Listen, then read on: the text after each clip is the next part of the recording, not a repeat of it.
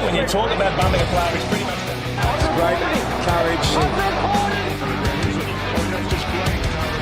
One that says the bump is dead, that's how you deliver it.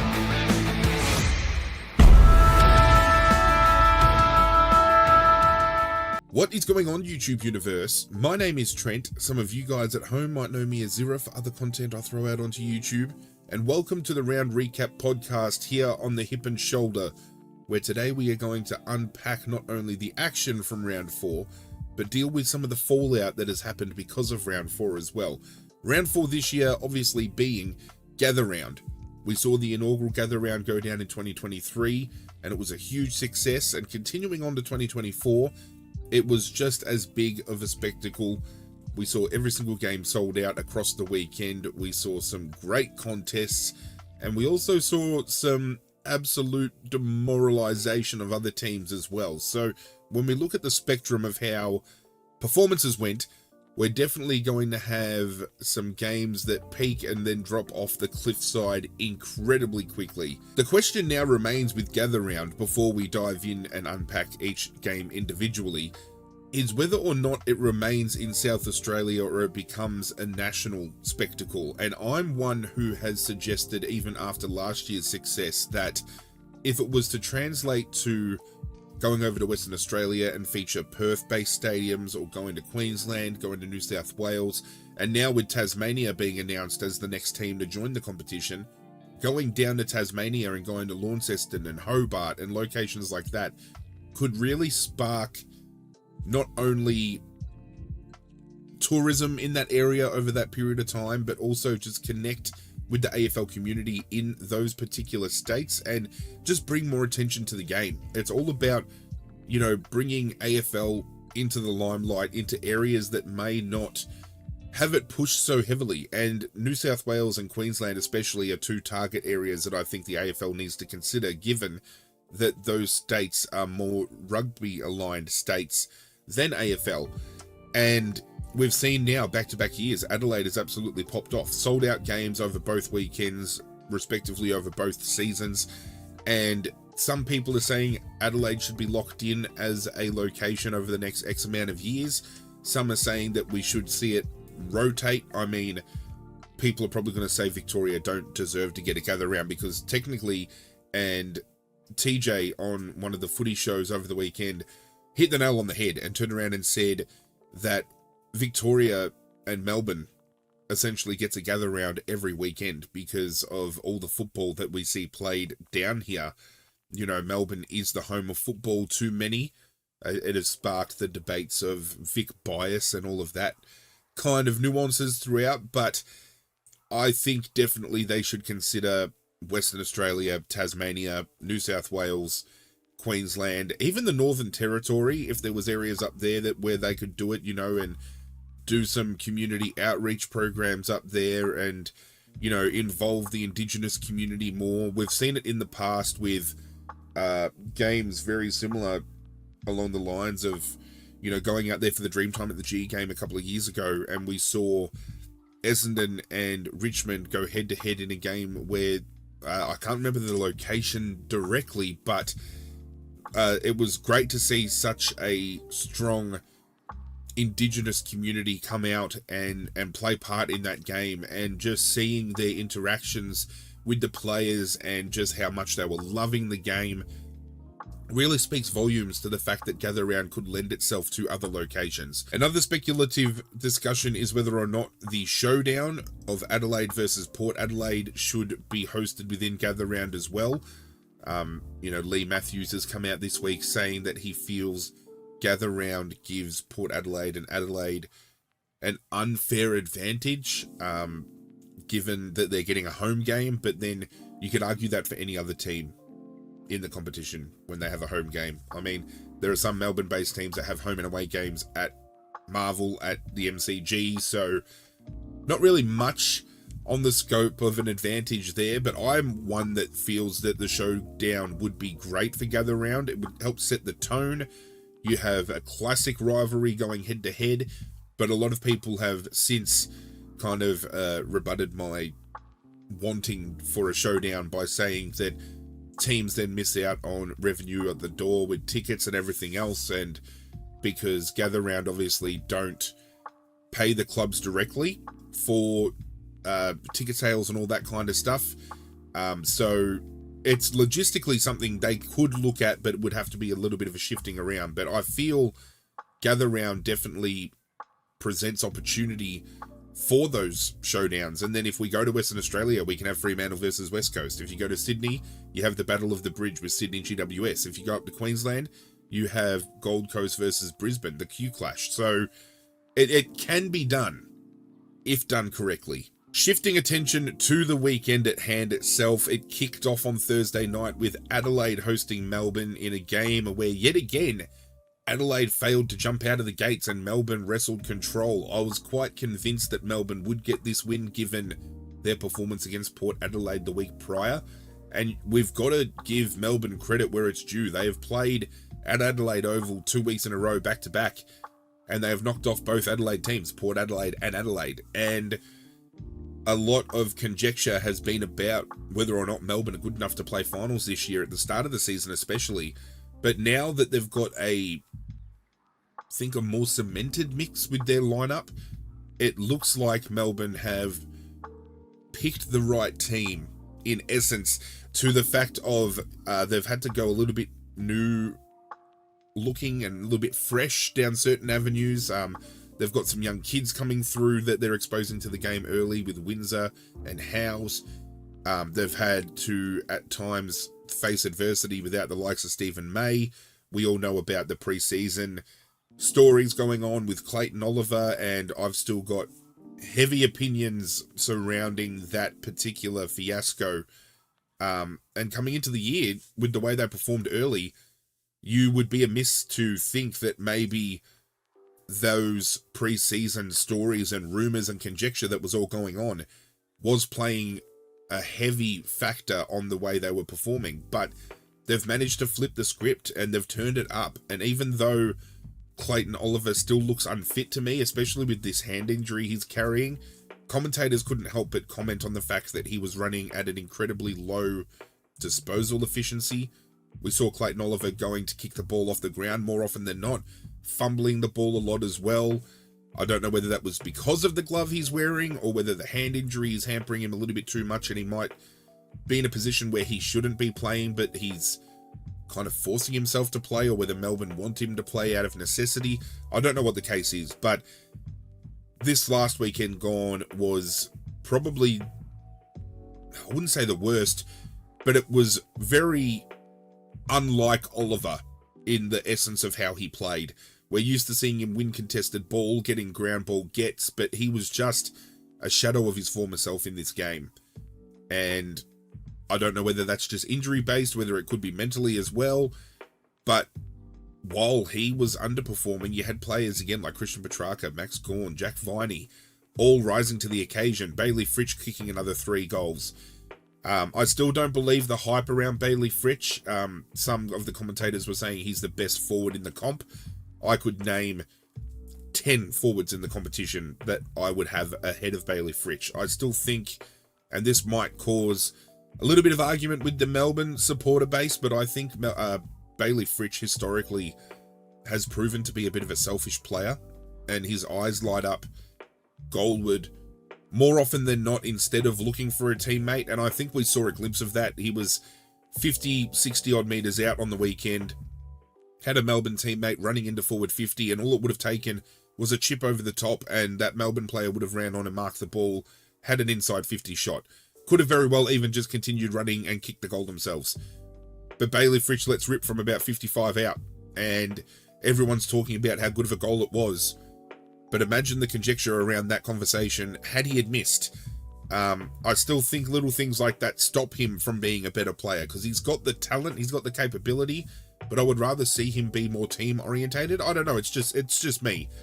But on the flip side, while you've got Melbourne performing so well, Adelaide would have to be probably, in my opinion anyway, the letdown of the 2024 competition so far. A lot of people had them playing finals.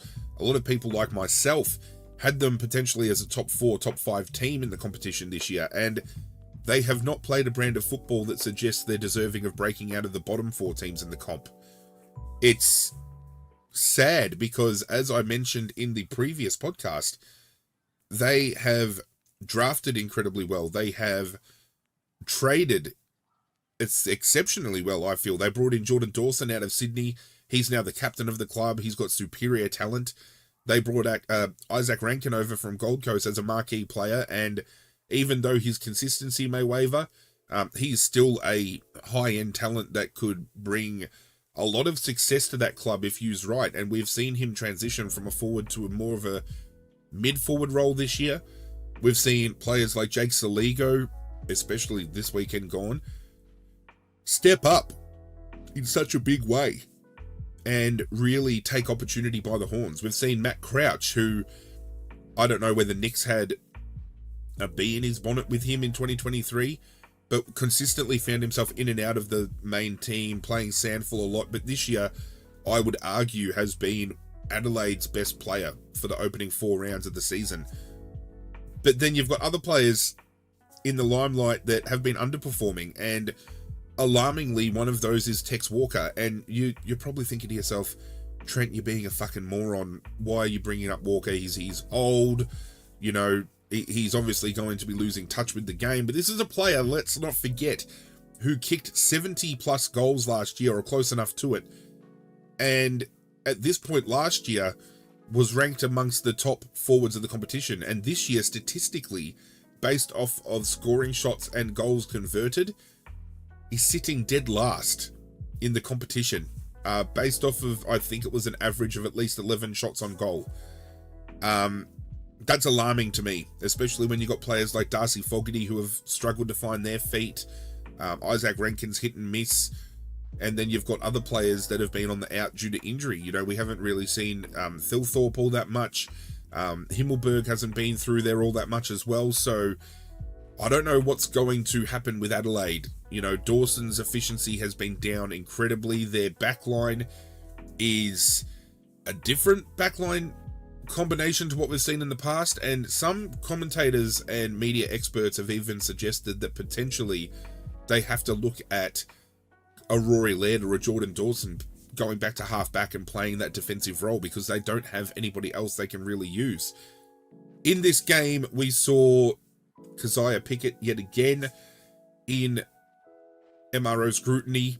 He went to what he claims to be contesting the ball and trying to smother the ball, but ended up throwing a stray elbow, which copped, I think it was either Ned McHenry or Jake Saligo. I can't remember which player it was. It was one of the two, and hit him flush with an elbow in the jaw. This is a player that has already been seen at the tribunal twice since the start of last season for similar circumstances. We've seen him rubbed out for a hit on Bailey Smith against the Bulldogs, and rubbed out in a final last year for head-high contact against Patrick Cripps, I believe it was, from Carlton. And this is where I feel the tribunal need to bring back the system of, if you are reported, go to the tribunal to challenge and failed, you get additional weeks. Because one of the questions that was posed to me this week, it was, I don't know if you consider it a question, it was maybe more a comment, I don't know, but it was basically asking myself how laughable I thought it was that Melbourne were challenging the Pickett hit. And I think it was nothing but laughable. It was an absolute joke to think that they were trying to contest that. And then for Pickett to come out and say he was trying to smother that ball, when at first instance you see him jump off the ground, he throws his arms up in the air to maybe feign a smother. But if his only objective was to win the ball, why would he go from a position of throwing his hands up in the air to then putting his hands down, tucking in the elbow, and then throwing the elbow and hitting with the point of the elbow into a guy's jaw? I do not understand. And I think it's piss poor that we saw Liam Baker the week prior from Richmond, and a lot of people here are probably going to say, oh, Trent's going on a tangent because Richmond were fucking brought into the limelight. Liam Baker at tribunal was acknowledged by the AFL tribunal themselves to be in the act of attempting to spoil the ball and made accidental head contact, which warranted a week. They here have a player that has thrown a deliberate elbow, as far as, you know, that's not accidental. You don't make a conscious decision to jump off the ground, try to look like you're trying to do something with the ball, but then still manage to tuck your arm in and using an elbow connect it with the player's jaw. It's, I don't know.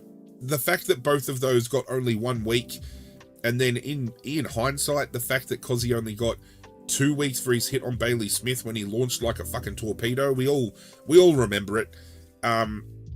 It's a bit of a joke. I think at least the AFL have shown consistency in the fact of, if you're going to hit a player in the head, you're going to cop at least a week for it, whether it's accidental or not. At least they've followed through with that, because at present, that is the only form of consistency we have seen at all this year from the AFL. Another question posed to myself is whether or not I feel Adelaide's finals chances are now done and dashed, given their start to the year. And 0-4, and the brand of football they are playing, and some of their senior players not living up to expectation, this is going to be a huge comeback story if they can get it right. But I feel they're right on the tipping edge. I feel they lose another couple of games and their season is pretty much, you can put a chalk line through it. With so many teams being competitive, the top 8 is still very much widely open. There's only, you know, 1 game difference between some of the teams that are kind of in that middle kind of section, and even further down, teams that are 13th on the ladder, you know, like a Richmond, they've only won the 1 game, but there's only, you know, 1 game separating them from the next tier of teams, and that has them knocking on the top 8 door. You know, that's similar to Collingwood and other teams as well. So it's not hard to write a team off. Well, it is hard to write a team off. Let's be real. But, you know, Adelaide have shown that their best football can produce some really great football, but they're just, and I got into an argument about this on social media this week. I feel with the concessions that Adelaide have been given this year off of the back of that loss to Sydney that denied them a finals appearance last year, you know, the concessions of playing more games at home, more prime time slots, a softer draw, I feel they should be taking advantage of this, and it's almost made a mockery of the AFL this year because it's fallen flat on their face, and Adelaide are playing like a shadow of their former selves. It's unfortunate for Adelaide supporters. It's unfortunate for Adelaide, but, you know, the AFL came out and wanted to compromise the fixture and everything to support a team that was absolutely fucked over last year by the score review system, or lack thereof, and it's come back with egg on their face. Friday saw 2 games go down. In the afternoon, we saw Brisbane take on North Melbourne, which was one of the demoralisations of the weekend. I think we felt going into this game Brisbane was going to get a rather sizable win, and where this game was won and lost was Brisbane's forward structure and North Melbourne's lack of defensive structure. And I mentioned this in a previous podcast, answering a discussion point from a North Melbourne supporter who sent a question in to myself, and I feel it is still going to be a talking point throughout the year for North Melbourne, and that is their lack of tall defenders, intercept defenders, you know, those defenders that have the ability to intercept mark, spoil, bring the ball to ground and allow the crummers to get the ball out. They are lacking that severely. We know they lost Ben McKay through the trade period last year to Essendon. We know, well, at least those of you who are in the loop know, North Melbourne have been hit with injuries that have seen some of those taller defensive type players sitting out on the sidelines. They had Charlie Comben come in for his first game of the year, played a defensive role, and looked incredibly strong. He was actually, probably in my opinion, one of North Melbourne's best performers on the day. But when you're coming up against a forward structure in Brisbane with tall timber like Eric Hipwood, Joe Danaher, you know, you've got the lively smaller forwards in Charlie Cameron, Lincoln McCarthy. You've got the ability for players like Hugh McCluggage to go forward, Cam Rayner. These are players that can take advantage, and did take advantage of, a backline that is exposed in certain areas. And again, North Melbourne have players in that defensive structure that rack up a lot of the ball. They've got a lot of, you know, run and carry possibilities. They've got a lot of great ground ball getting in the back line, but it's the lack of being able to put defensive pressure on a taller player that is letting them down. I remember sitting in the car listening on the radio to the beginning of this game and hearing that Luke McDonald had been manned up on, it was either Eric Hipwood or Joe Danaher, and then on the flip side they had, I think it was Aiden Core lining up on Charlie Cameron, and Charlie Cameron I think kicked a goal within the first 20 seconds or so of that game. You know, mismatches everywhere, and it hurt them. It really exposed them. And even though North Melbourne's midfield is a midfield that I rate very highly, players like McCluggage and Neal and Dunkley were able to just get way too much of the ball, especially early, and the damage was done by quarter time. Having the 7 or 8 goals already on the board, it was game over at that point in time. Give North Melbourne credit where it's due. They still again showed glimpses, and they've done that all year.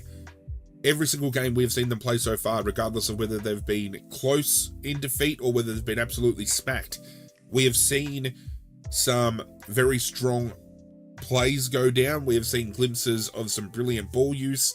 A lot of their young kids that they're highlighting this year have really stood tall. You know, George Wardlaw, Dersma, Colby McKercher, you know, Sheasel's still continuing on from a absolutely brilliant debut season last year. So, you know, they've got a good young core group of kids coming through that are getting plenty of exposure. It's going to have them really situated incredibly well, I feel, because there's eventually going to come a time where all the top teams are going to lose all their older experienced players. And when it comes to these young kids moving into that next generation of elite players, North Melbourne and even the likes of West Coast and Hawthorn, all these young kids that they're playing early out of necessity are going to be the next crop that we are watching develop into the elite of the competition, and it's going to hold them in incredible stead.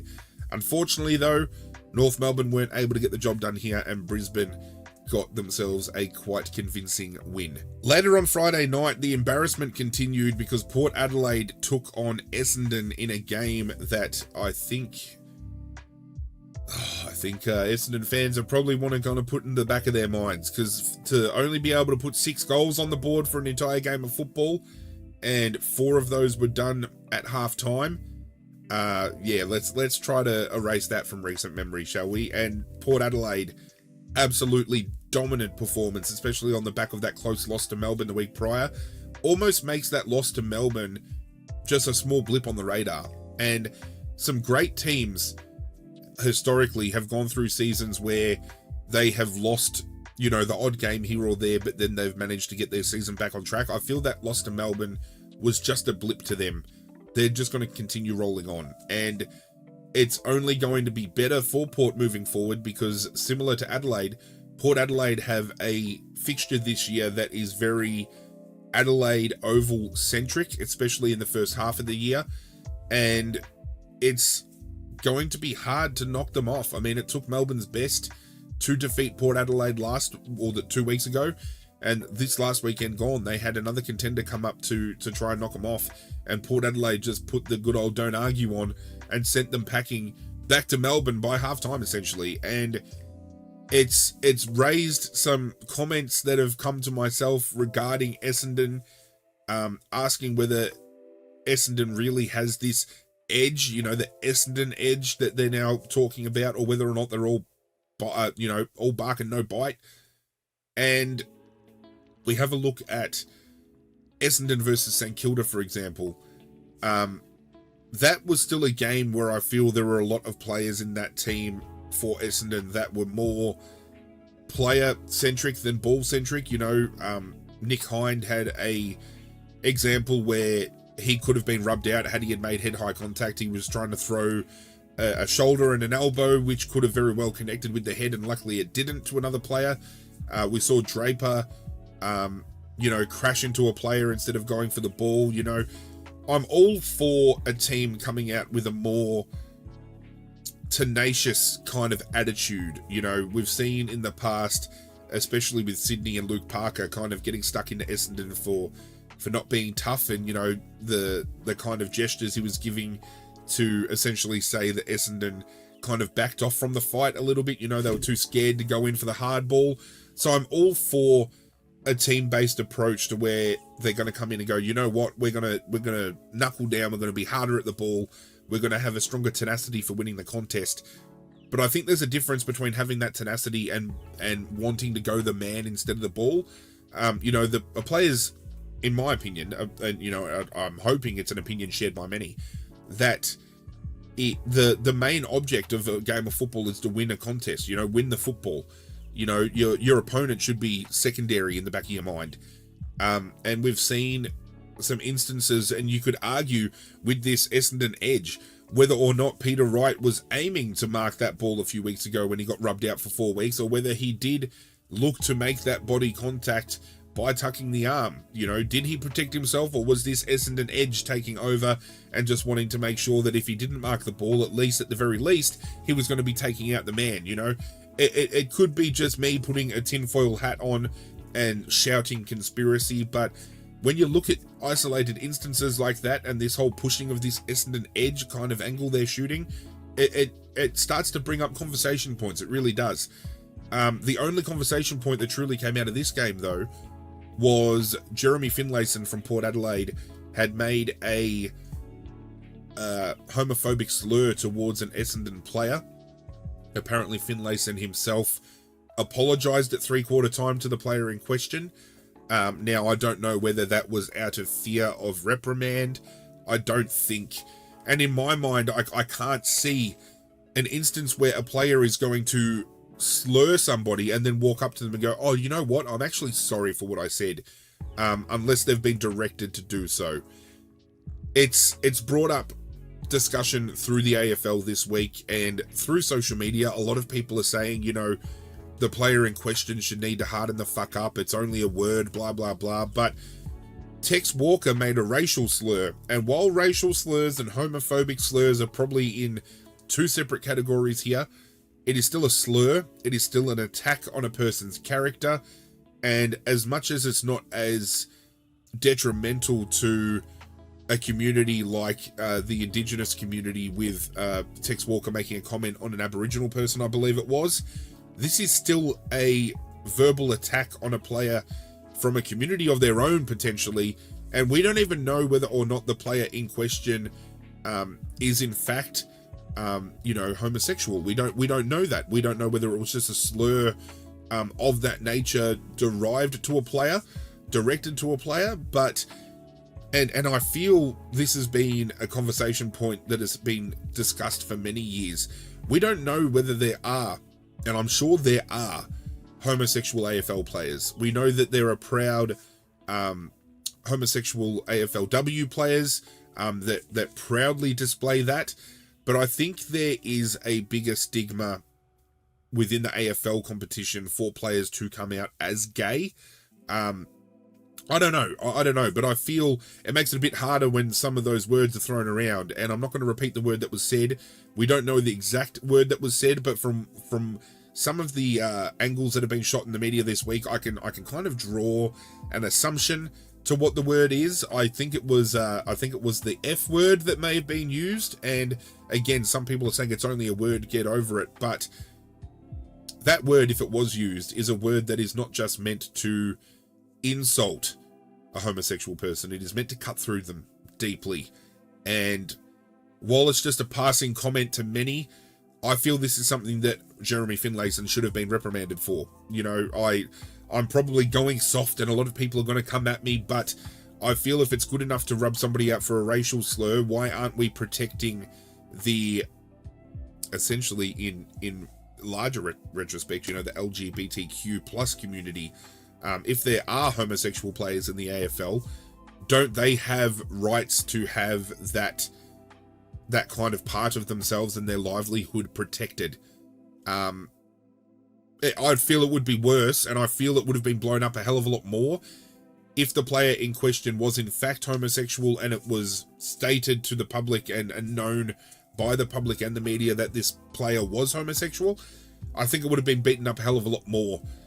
There has been an apology given to the player in question publicly. Some people have gone further to say in the media that he should submit a public apology to the wider LGBTQ plus community. It's a rough talking point. It's a rough talking point because there's a lot of politics and everything involved with it, and I'd rather not dive into it on the podcast. I know some people, you know, are going to have opinions on that. We might save that for another time, but I thought it was just prudent that we touched on it because it was something that went down and is one of the bigger things that have caused a little bit of fallout coming out of the round. West Coast took on Sydney in a game where, actually, quite surprisingly, West Coast took it up to Sydney for the entire game, and it wasn't a game where a lot of people, you know, would have expected West Coast to be absolutely belted. I personally thought this was going to be a 6, 7, 8 plus goal win for Sydney, and this was probably West Coast's most competitive outing for 2024 against a team that has been earmarked as one of the best in the comp this year. I've marked them as that team. I still feel Sydney and GWS are playing the best brands of football over the course of the competition this year. But West Coast, man, I think they shocked a lot of people this week. And again, though, it is the same players that are still standing tall for West Coast. You know, Elliot Yeo, Jeremy McGovern, Liam Duggan this week.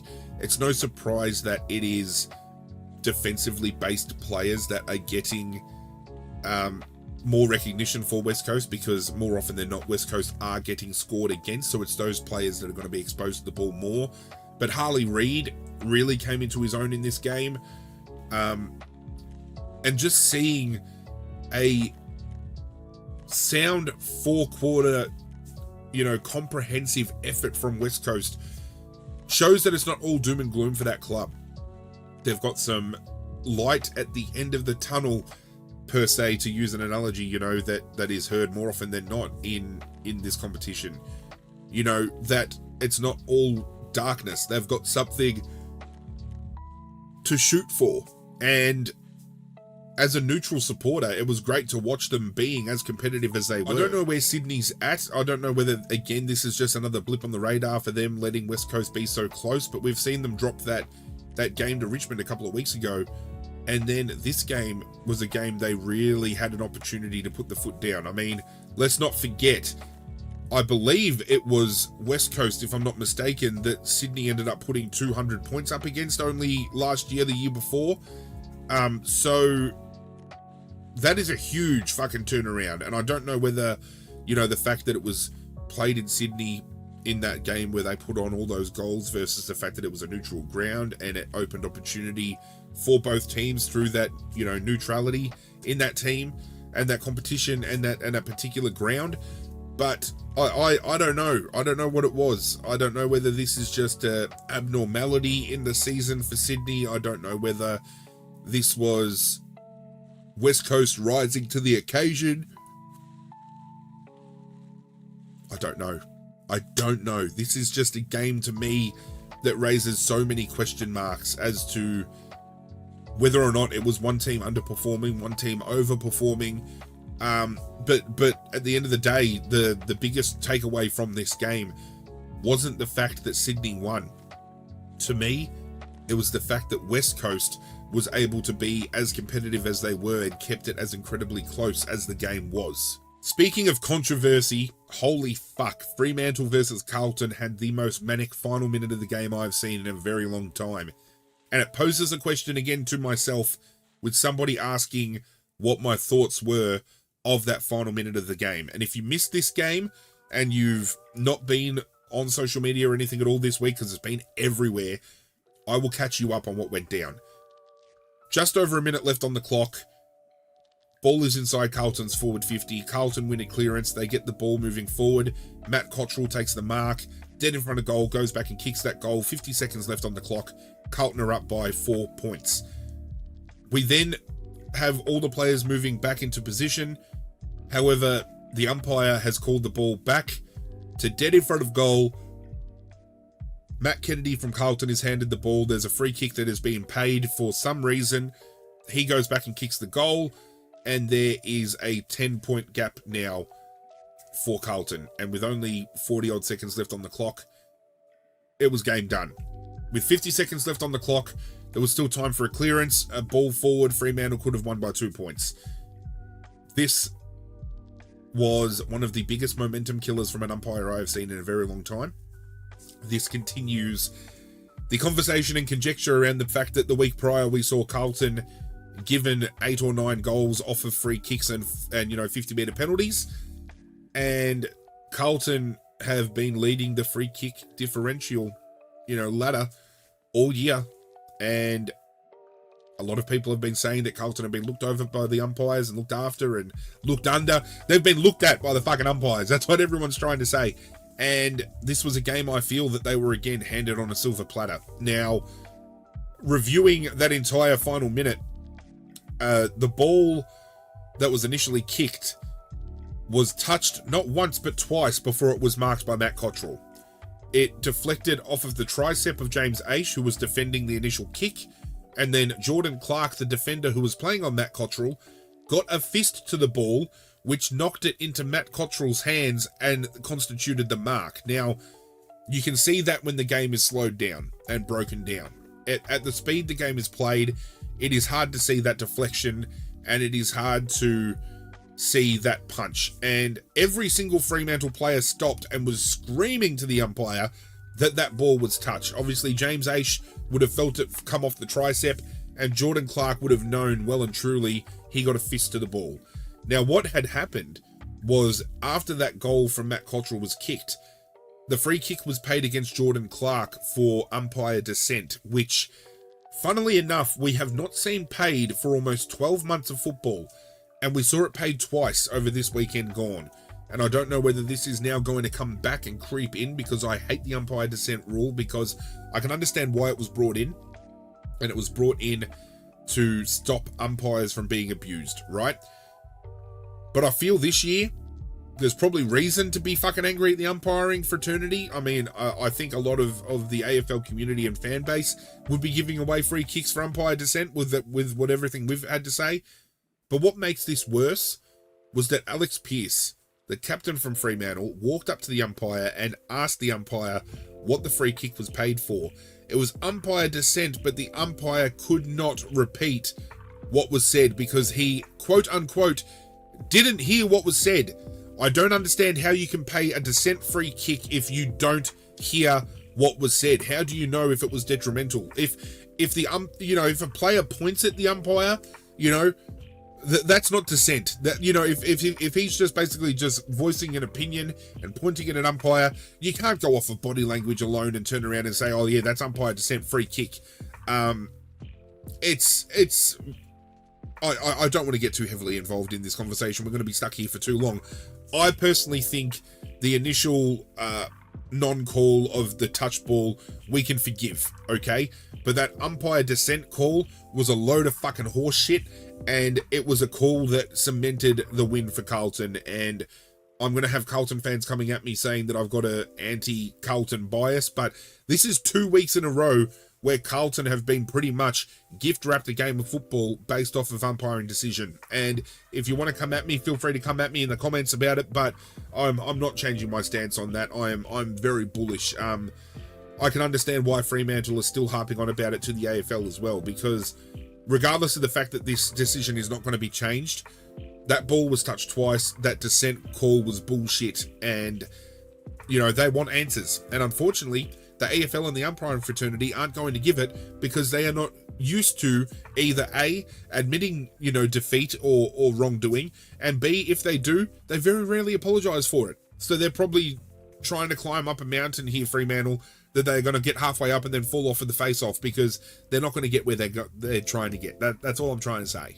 Bulldogs versus Geelong. There is not much to really report out of this game. It was a cracking contest of football. It was a game I feel Geelong could have leapt away to a bigger lead with early on if they were accurate.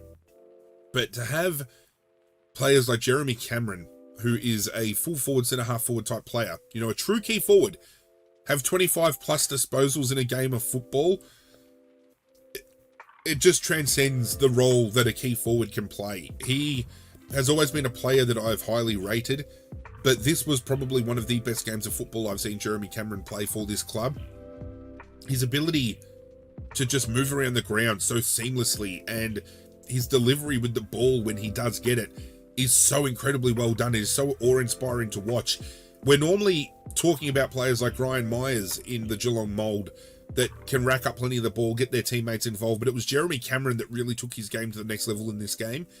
And again, it was a comprehensive, team effort from Geelong. This is a team that I had missing the top 8 this year, and I feel with the brand that they're playing and the way they have been playing, they're almost looking like a top 4 lock. I didn't think going into this year they would be within that conversation. Maybe sneaking into the top 8, yeah, sure. I didn't have them as one of the best 4 teams of the comp, even though we're not 4 rounds, but technically 5 rounds deep if you count opening round. But you know what I'm saying? Like, this early on in the year, we can make as much comments as we want about ladder position, but I didn't think, for this portion, Geelong would be in the top echelon of teams. I had Geelong losing a couple of the games that they have won, actually. And Geelong now, as well as Carlton, I believe are the only 2 teams currently yet to drop a game this year. And Geelong looking like a team that are going to be hard to beat, especially if you play them at home. Still blows my mind that they've come out this year and playing as good as a brand of football as they have been playing. With the Bulldogs, valiant in defeat is a term I use and throw around quite a bit. They were valiant in defeat, but I still can't get my head around and process how Luke Beveridge operates as a coach, and we have seen some questionable decisions from him this year. A lot of people that I've spoken to over, the course of the last week on social media tend to agree with my comments on Luke Beveridge. Since that grand final win back in 2016, we have seen a team that on paper has been one of the probably stronger lineups out of the entire comp, but we've seen nothing happen with that list because we have seen Luke Beveridge fail to cohesively put this team together and get them moving. And a lot of people probably are going to question what I'm saying here, but have a look at just this year alone in isolation. We have seen Caleb Daniel used as a starting sub, which I can't get my head around because he's one of the Bulldogs' best players. I don't understand. Jack McRae this last week was starting sub after not being able to get into the team for the opening few games, and then struggling to find his feet coming back in. It's blown my mind, and I still have some thoughts on this. I still definitely feel there has been some off-field drama between Beveridge and McRae. I don't understand how you lose your leadership position and then you can't break into the senior lineup. You only do so after injuries have occurred. So I feel he's only being played out of necessity because he's their best available player outside of all those players, that are available. We saw Liberatore tactically subbed out of a game when he was one of their best. You saw Marcus Bontempelli only a couple of weeks ago play a game of football where he played out of the forward 50 all game instead of a midfield where he's almost won a couple of Brownlows playing. Why the fuck are you throwing your magnets around? And I don't know whether it's arrogance out of, we're only playing West Coast, so I can afford to sub out, Liberatore here, and we can play Bontempelli out of full forward all fucking game, Go into every game like it's going to be your last game. You treat every game as a game that you can lose just as well as you can win. And I just feel he is not utilizing this list to the best and fullest of its ability. And I feel his contract has been extended one too many years at that club. I feel they should have cut ties with him couple of years ago, and I know they played in the grand final, but they got fucking smacked in that grand final in the end. And I don't know, it's a different looking team and I hate it, and some people are not going to agree with what I'm saying, but I think Luke Beveridge is the problem. That's all I'm fucking saying. Gold Coast versus GWS kind of played out the way we thought it would play out in the end, but it was an arm wrestle up until that point in time. This was a game where Gold Coast would hit the lead, GWS would hit the lead, Gold Coast would take it back, GWS would take it back, and then GWS went into third gear and ran away with the game. But this game, to me, even though you had Toby Green kick 5, Hogan kick 4, it was about the young kids from the Gold Coast that really stood out to me. We know this week they had 3 debutants in Reed, Closey, I think it's Closey. It's Closey or Colsley, I can't remember, and I apologise for butchering the name, and Graham all debuted. We saw Mac Andrew come back into that lineup. We saw Walter only a couple of weeks ago debut as well, and Hardwick hasn't shied away from getting young kids into this lineup, which kind of question marks start popping up in my head as a Richmond supporter, because for whatever reason, even though he would give a game or two here or there to some young kids, he always leaned on making sure senior players got game time, and he's now gone to the Gold Coast and he's not scared to drop those senior players and bring young kids in. I don't fucking understand it, but Mac Andrew was superb for the Gold Coast. You know, some of these young kids on debut were absolutely brilliant. I think it's going to be hard for these senior heads at the Gold Coast to get back into this team when these young kids, the next generation moving forward, are showing great signs. And it might be alarm bells for those older players that have been underperforming that were dropped, because you're now going to find it harder to break into that team when those kids are performing so well. But as I stated earlier, GWS to me are playing one of the best brands of football in the competition, them and Sydney. And they got their systems in check and they ran away with the game convincingly in the end, and I still feel they are one of the teams to beat. Until they have been done so comprehensively, you cannot convince me otherwise. They have a grand final in their sights this year, and I do not think anything is stopping them. GWS at this point in time are my early favourites for the premiership, even though I went into this year through my predictions video at the start of the season saying I thought Collingwood were going to go back-to-back. GWS so far, to me, have been the biggest threat to that back-to-back that I predicted, purely based on the fact that when we look at teams comprehensively coming together, GWS have been one of the best, from defence, midfield, forward. Similarly with Sydney, defensive, midfield, and offensive have been absolutely sensational. I still feel those two New South Wales-based teams, those two Sydney-based teams, are the teams to beat this year.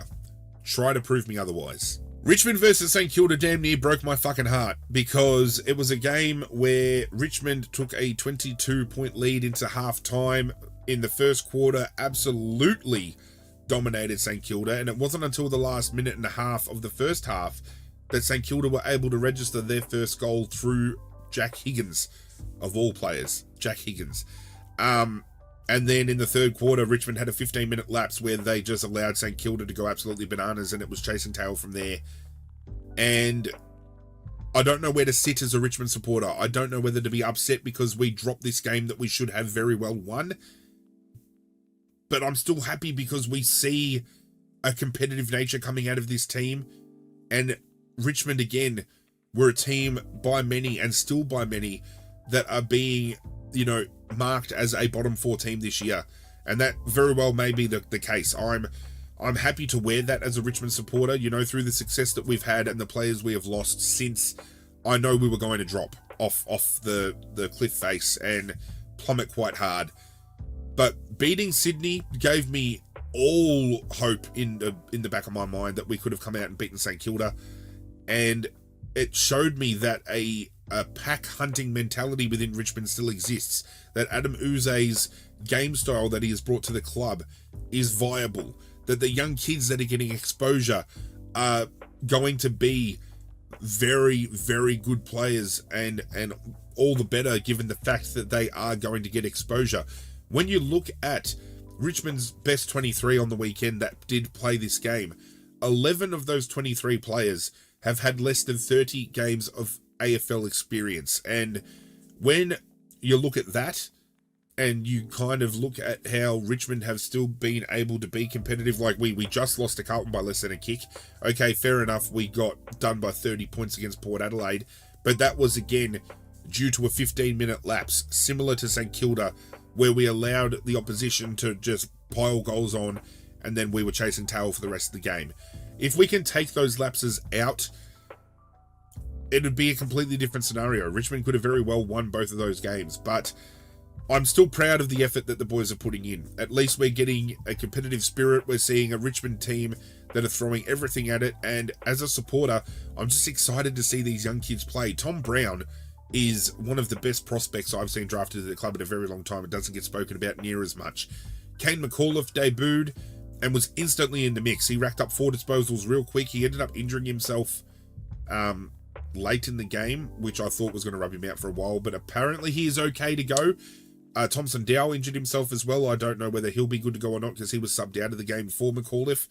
So the injury woes at Richmond continue, and I feel some of these injuries here really dampened this loss, because I feel if Lynch and Bolter had played this game, we would have won. We would have won. What could have been? What could have fucking been? St Kilda, on the other hand, I don't know if there's much to really report on. I mean, Max King in the first half couldn't get his hands on the ball, but in that 15-minute lapse, really turned it on. Jack Steele battled all game. I still feel Jack Steele this year has had a very underrated season by many, because not many people are talking about him, but he has been huge this year. His numbers have been something to talk about, especially his defensive pressure and his tackling ability. This, I think, is the best form we have seen Jack Steele in since coming to St Kilda. It could arguably be the best form we have seen Jack Steele in ever. Sinclair coming back in, finding his feet. He's doing the usual Sinclair things. Wangani Malira still taking it to the next level. Bonner bounced back with a good game. I'm just cut deep. I'm emotionally wounded. This is a game that Richmond should have won. What could have been. But at the end of the day, a ripping game of football to watch. Even though the first half was, one goal from St Kilda in the first half was, something to be scoffed at. But, as a Richmond supporter, at least, it was a great game to watch in the essence of just seeing these young kids rise to the occasion. And an older Richmond team would have had that 15-minute lapse go down, and then they would have just, laid down and taken an absolute pounding like they were Mia Khalifa. But just to see the fight back and, the desire to win the football, even though we were behind, just lights my eyes up as a Richmond fan. It really does. And the round rounded out with Collingwood versus Hawthorn in a game where we knew it wouldn't take long. Jack Ginnivan getting a free kick in front of goal for head high against his whole team. I knew it was going to happen, and I was waiting for it to happen. And he goes and kicks the goal from that free kick, and then he tries to flex in a pack and then flops after being pushed over. Fuck, it was funny to watch. This was a game that came down to less than a kick, and I was actually quite surprised it was down to 5 points. There were some talking points that did come out of this game. There was an instance where Darcy Cameron, the Collingwood ruckman, had blood streaming from his nose, and I think it was Jordan De Goey leaned down in that pack and kind of wiped the blood away.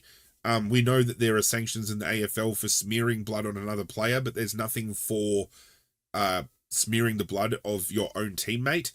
The way I saw that in that kind of retrospect, and even though he was sent off for blood rule, that was De Goey trying to avoid that call for blood rule being called, because obviously in the dying moments of the game, you want your best players on the field. He was trying to cover that kind of blood spillage to allow Cameron to stay on the field and have that advantage, per se, where he should have been and he was sent off. It could have been completely different, and it could have played out differently if that was the case. And I know, again, it's such a contentious thing to talk about. Some people are saying that Jordan De Goey should have a case to answer for. I just think it's trying to manipulate the rules within parameters where they can be manipulated. And it's probably on De Goey's part, it's probably a smart play to try and have that done, and it didn't work for them. But it was a talking point, unfortunately, that spilled out of the game, so I thought it was worth discussing. Another talking point that came out of not just this game, but the Brisbane game earlier, was the question has been posed to me whether I feel Collingwood and Brisbane's top 4 chances have been dashed. I think there is still a realm of possibility where they finish top 4, and we have seen Brisbane in the past start 0-3 and bounce back to that top 4 spot. I feel currently, though, even though there is a realm of possibility for them to come back, I don't think they do. I think if they finish in the top 8, it'll be between 5th and 8th.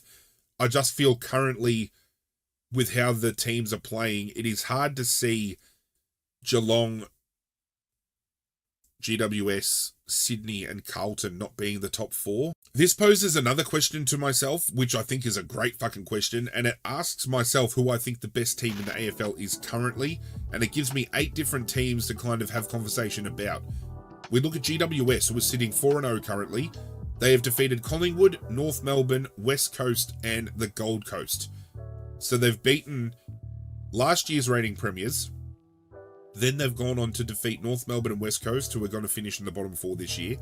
And they have defeated the Gold Coast Suns, who played a lot of debutants this week and were very competitive for 3.5 quarters. You've got Melbourne, who are currently sitting 4-1. They have found the pace a little bit. As I said, it's a new look Melbourne outfit, but they have struggled at some points as well, and I feel those struggles have been glaring. You've got Brisbane 1-3, and the only win they have had so far is against a rebuilding North Melbourne team. We've got Sydney, who are sitting 4-1. They were beaten by Richmond, as I said, a couple of weeks ago. They had a very unconvincing win against West Coast this past week gone. I still feel their systems are one of the best, though. Collingwood are sitting 2-3. They had a good win against Brisbane, and they managed to just fall over the line against Hawthorn, which is questionable to me. Port Adelaide are sitting 3-1. They have beaten Melbourne, but they've beaten up West Coast, Essendon, and Richmond. And again, Richmond and West Coast touted this year to be bottom 4 teams. Carlton are sitting 4-0 undefeated. They beat the Lions in round 1 in a huge win. They fell over the line against Richmond, who had a 2-player bench, so they were 3 players down for that game. They've beaten North Melbourne, and they beat Fremantle in a very controversial finish. And then Geelong 4-0. They've beaten St Kilda, Adelaide, Hawthorn, and Western Bulldogs. I don't know who's out of those teams. When you look at it in isolation and you look at the teams that have been played, you could probably argue that maybe Geelong are better suited. They've beaten St Kilda, Adelaide, and the Bulldogs, who coming into this year were all touted as teams to potentially play finals, even though Adelaide haven't lived up to that moniker. St Kilda and the Bulldogs are still playing some good brand of football. I still feel GWS and Sydney have the better systems in place.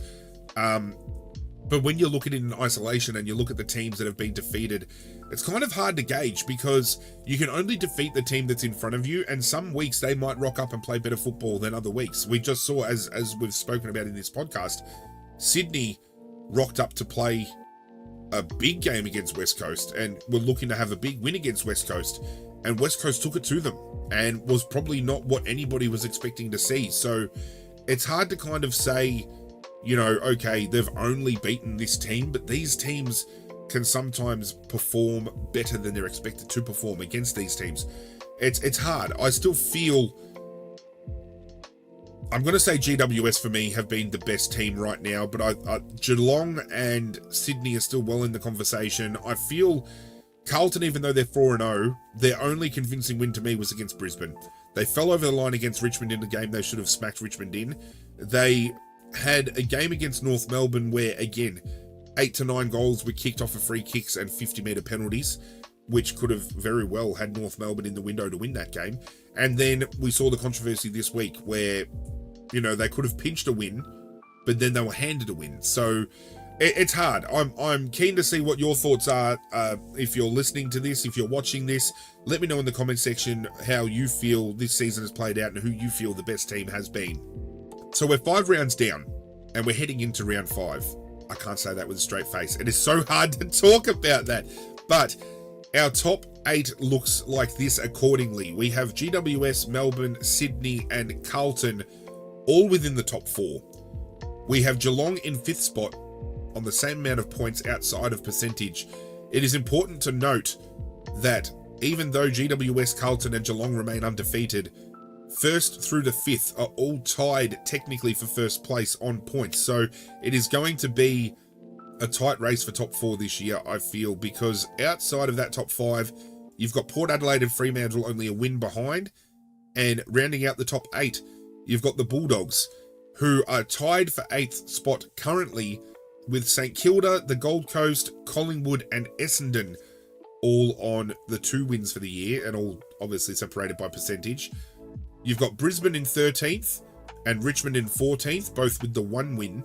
And then Adelaide, Hawthorn, North Melbourne and West Coast round out your bottom 4 and the 4 teams of the competition so far that are yet to have a win this year. As I said through the podcast, a team as far down as 13th, and now I can say 14th with Richmond, are only a win behind 8th spot.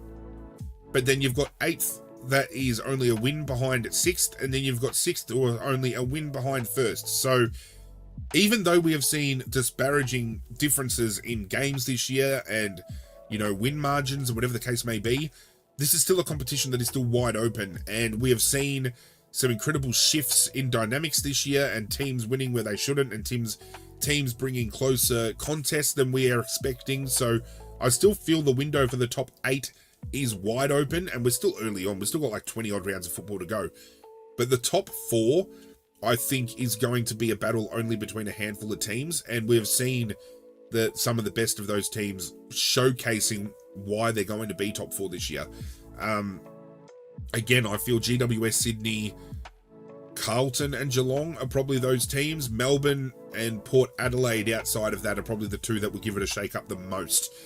But with all that being said, it's time to now head into the Hip and Shoulder MVP award. You know, the invisible award that means absolutely fucking nothing, that the players are never going to recognize, the competition's never going to recognize, but I'm still going to do it because I love doing it. And I've said that every week in every episode of the podcast, and I really am enjoying being able to just sit back and reflect on each game and kind of give my opinion and, you know, just get involved in another level. My passion for this game runs so deep. My blood might run yellow and black for, and you know, I bleed for Richmond, but just AFL in general, I love it. And the off season is the worst time of the year for me every year because I'm so fucking terribly bored. I've got nothing to do.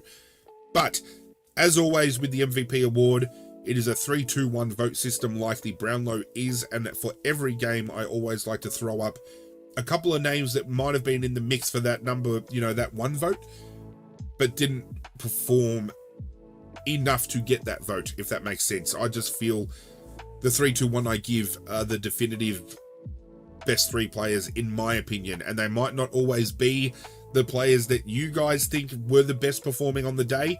So again, always opens up discussion points for you guys to reach out and let me know who you thought was best on, and if I did right by the votes, if I did wrong. I just love creating discussion points with you guys at home. But first game of the round, Adelaide taking on Melbourne. For my stiff to miss this round, there were a few. From Adelaide, I thought Jake Saligo, Rory Laird and Mark Keane all played great games respectively. And for Melbourne, Jack Viney and Max Gawn. Again, I don't think they impacted the game enough to get the 1 vote. Some might argue in this case they might have, because the 1 vote I'm giving this week is going to Bailey Fritsch. I think just the 3 goals he kicked and when he popped up and did kick them and get involved in the game were crucial at the time, to either stem the margin further or to bring the game into closer contact for Melbourne to strike. The 2 votes this week goes to Matt Crouch from Adelaide. He has had such a stellar year for Adelaide. He has been, in my opinion, their best player from start to finish so far. And it just raises question marks with me as to why he found himself so much on the out last year, because he is an incredible player. And the 3 votes for me goes to Christian Petrarca. There was no stopping this bloke. He was popping up everywhere and anywhere, setting up his teammates, hit the scoreboard on his own. He has had a stellar start to the season, as we would expect from him. He has been an elite in the competition for a few years now. Brisbane, North Melbourne. A few stiff to miss this week. For North Melbourne, it was Harry Sheasel, Luke Davies-Uniacke and Charlie Comben who miss out. And from Brisbane, it was Dane Zorko, Jared Berry and Josh Dunkley. And I wrestled so much with wanting to get Josh Dunkley into the votes this week, but it was hard to look past Joe Danaher. I think it was 5 he ended up kicking. You don't kick 5 goals and not get a vote. I learnt my lesson the first time. We're not giving it to Callum Brown from GWS. I left him out of my votes completely and got dragged for it. And I've mentioned that in the previous podcast as well. So Joe Danaher gets my 1 vote this week. The 2 votes this week for me goes to Lachie Neale. He was integral, especially early in the game when the game was still pretty much in the balance, and early, it was early on. It set the pace. He set the tone. And best on ground was Hugh McCluggage. One of the best games I've seen him play in a very long time. Best on, he'll get the 3 Brownlow votes as well, quite easily. Port Adelaide versus Essendon. My stiff to miss from Essendon was Nick Martin and Xavier Dersma, and for Port Adelaide, I have Dan Houston and Zach Butters. The 1 vote is going to Zach Merritt from Essendon. He has carried Essendon on his back all year, and even when they're losing, he still has a big enough performance to still pop up in conversation as being one of the best on the field. And I feel as a player, he doesn't get the recognition he deserves. He's incredibly underrated in that fact.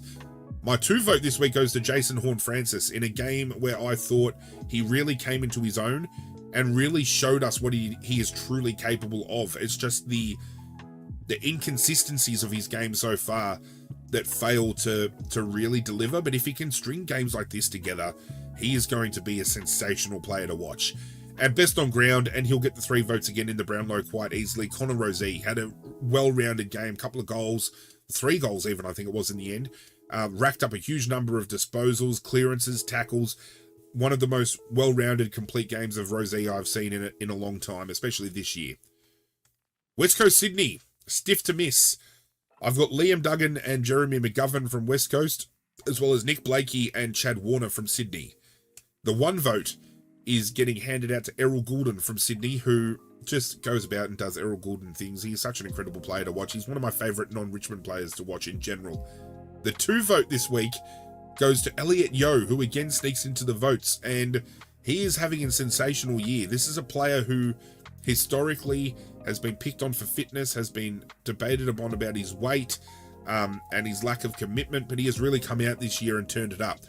Best on ground, no surprise, Isaac Heaney. He is having a Brownlow type year, and if Longmire can keep him in the midfield and keep running him at the capacity that he's running at, I feel it is his Brownlow to lose at this point in time. Fremantle Carlton, stiff to miss, Jordan Clark and Jeremy Sharp from Fremantle, as well as Patrick Cripps and Adam Sard from Carlton. For 1 vote, I've got Charlie Curnow. Kicked a few goals. I think he was instrumental when he had the ball in his hands. I thought he was going to kick a lot more. And I feel this year that's probably been the story with Charlie Curnow. He's threatened to really break a game open and kick more goals, but still 3 goals is a great haul. He had he had plenty of the ball as well. He still, to me, was one of Carlton's better performers on the day. Hayden Young gets the 2 votes from me. He has transitioned into this midfield role really well. I think it was 10 tackles he laid for the game too. And if you followed this podcast series, you'll learn that I am huge on midfielders who have a strong defensive side to their game. And the fact that he laid that huge number of tackles as well as racked up the ball to a huge number of his own accord, I really enjoyed watching him get around it on the weekend. And without fail, best on ground for this game, and I feel again probably gets the 3 Brownlow votes too, is Andrew Brayshaw from Fremantle. If it's not Sarong getting off the chain, it's Brayshaw, and it was Brayshaw's turn this week, and boy did he do it emphatically. Bulldogs Geelong, stiff to miss. For the Bulldogs, I've got Adam Treloar and Riley Sanders, and for Geelong, I have Jack Bowes and Brian Myers. The 1 vote for me goes for Tom Liberatore. Again, another player that I feel does not get spoken about often enough and is underrated in that sense. His pressure around the contest is second to none. I just love his tenacity at the ball. Marcus Bontempelli gets the 2 this week. He just went back and did Marcus Bontempelli things. We've come to expect it. He is a genuine elite name in the competition, and when he is fit and firing and at his best, he puts on performances like he did this weekend. And the best on ground for me, I touched on it during the recap, it's Jeremy Cameron. You don't let a key forward get 27, odd disposals, run around the field willy-nilly, kicking goals and racking up disposals, setting up teammates one of the best games I've seen from Cameron in a long time, and I think he would be in Brownlow vote contention for this game as well. Gold Coast versus GWS, stiff to miss. And it pains me to say it because he has been getting so many votes off me. Tom Green and Lockie Whitfield. Noah Anderson and Sam Flanders from Gold Coast are stiff to miss this one as well. The one vote is going to Mac Andrew. And I think a lot of people probably didn't see this one coming, but I thought his game defensively was huge for the Gold Coast. And if you didn't know who Mac Andrew was heading into this game, he did a lot in this game to establish who he is as a player. My 2 votes this week goes to Jesse Hogan. Kicks 4 goals, presented up around the ground, hard to stop, hard to miss him out of the votes here. And Toby Green for me was best on. You don't kick 5 goals and rack up the numbers he did without getting into the conversation of being best on ground. And I think Toby Green missed this week. Toby Green was definitely best on. Richmond versus St Kilda, stiff to miss. I have Jack Ross, Toby Nankervis, and Tim Taranto from Richmond, as well as Jack Sinclair and Nasiah Wanganeen Malira from St Kilda. My 1 vote is going to Shea Bolton. Even though he got the top coaches' votes this week, he kicked 3 goals, he had a huge number of disposals. He was one of Richmond's best, but I feel Dustin Martin edged him out and gets the 2 votes, 30 disposals coming off of a game where he was out injured, in a week where people are trying to beat up in the media that he's wanting to retire prematurely. He got back to his best. He was using the ball very well, and when Dustin Martin's firing, it is always great to watch. But best on for me, Jack Steele. Huge number of disposals, was tackling like a machine, and I think could be this early on a smoky to be in Brownlow contention. I feel he's going to be very under the radar when it comes to votes, but I feel every game he has played so far, he has come close to polling at least maybe 1 vote in. Final game, Collingwood Hawthorn, stiff to miss. Dylan Moore and Jai Newcomb from Hawthorn, with Josh Dacos and Nick Dacos both missing for Collingwood. My 1 vote is going to Blake Hardwick. Kicked 3 goals, I think it was, but this is a player that has moved from a defensive role to a forward role. And when you look at how close the game was, and the fact that Blake Hardwick was able to have input in the game, not only by hitting the scoreboard, but setting teammates up and providing a viable target in a game that was won by less than a kick, was enough to impress me for the 1 vote this week. 2 votes goes to Tom Mitchell.